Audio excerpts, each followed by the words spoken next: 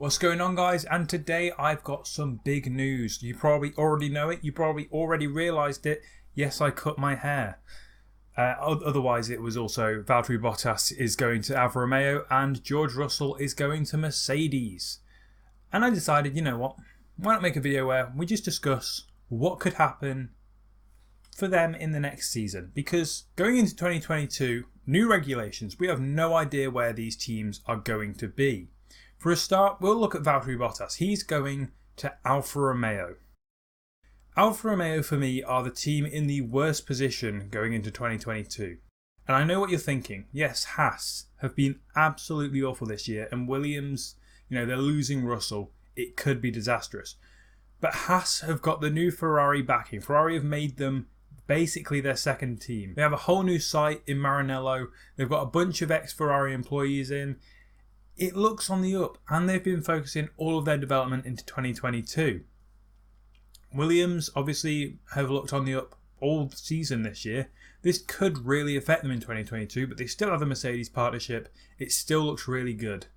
It's just who they partner Latifi with for next season. And Alfa Romeo, losing the big Ferrari partnership that they kind of had, they're getting Bottas in. And Bottas is a phenomenal driver. And I know we've ragged on him at Mercedes. We've done it. We've gone, oh, he doesn't compete with Hamilton. But Hamilton is one of the greatest drivers of all time. No wonder he doesn't compete with him. It took Nico Rosberg everything he had to compete with him. So yeah, I don't blame him really for not being able to compete. And I think Mercedes took so much out of him that he's just going to be very happy to get away. But looking at Bottas and Williams, phenomenal performances. That Williams, he made it the third or fourth best car on the grid in the seasons that he was there, after the first season where it was absolutely awful. But even then, he beat Pastor Maldonado, someone who had a lot of experience, someone who was already a race winner the year before in the standings. And yeah, I think that's a major pickup for Alfa Romeo. Whether it's the good move for Bottas's career is yet to be seen. I do think that him returning to Williams would probably have been a better move. For me, it very much depends on who he partners next year. 2023, I know Bottas has a multi-year deal. He will be partnering Theo Pourchaire. And as a mentor, Valtteri Bottas is going to be great for Pourchaire. It's just who they get in that interim season and whether Alfa Romeo aren't, going to be the absolute backmarker. And what I will say in Alfa Romeo's benefit with Bottas will qualify well. We think of Russell as the Mr. Saturday, and we saw what that did for Williams, how high it could push them up for the start of the race and actually get them some points. And I think Bottas could do that for Alfa Romeo as well. He's known as a brilliant qualifier. He would match Hamilton, even out-qualify him quite a bit. He just lacked the race pace. So yeah, that's Bottas and Alfa. I think it's a very weird match, and I don't think Alfa are going to be very competitive next year. But who knows? Now on to Russell and Mercedes. Russell and Mercedes is going to be such a good watch because, well, as I said earlier, Hamilton and Bottas, not the most competitive. Now we get a real graph of where Russell is at in his career.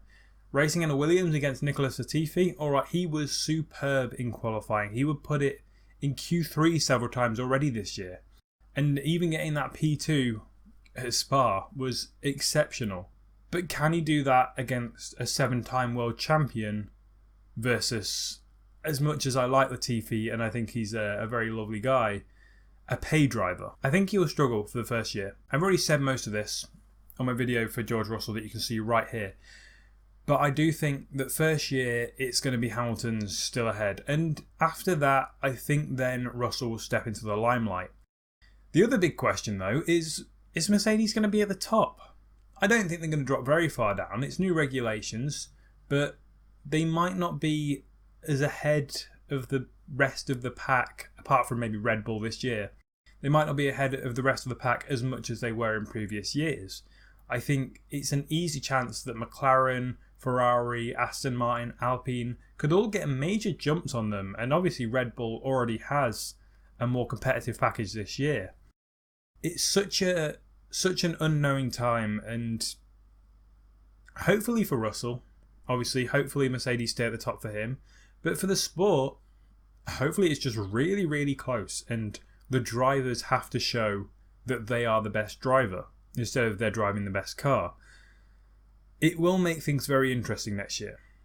Or it won't, and Mercedes run away with it again, and Hamilton just absolutely destroys Russell. But we can all hope. So that has been my discussion on this new news that's happening. I will have another video coming out soon as well, an actual proper video. There isn't just me talking to a camera, because I just thought, you know what, while the news is out there, I might as well make a video on it. As you'll probably see with every other YouTuber who does F1. It is the biggest news of the summer, so why not? You know? If you like the video, don't forget to like and subscribe. It really helps out the channel. And I will be seeing you lot pretty soon, actually, because I've got another video cooked up for this week. Goodbye.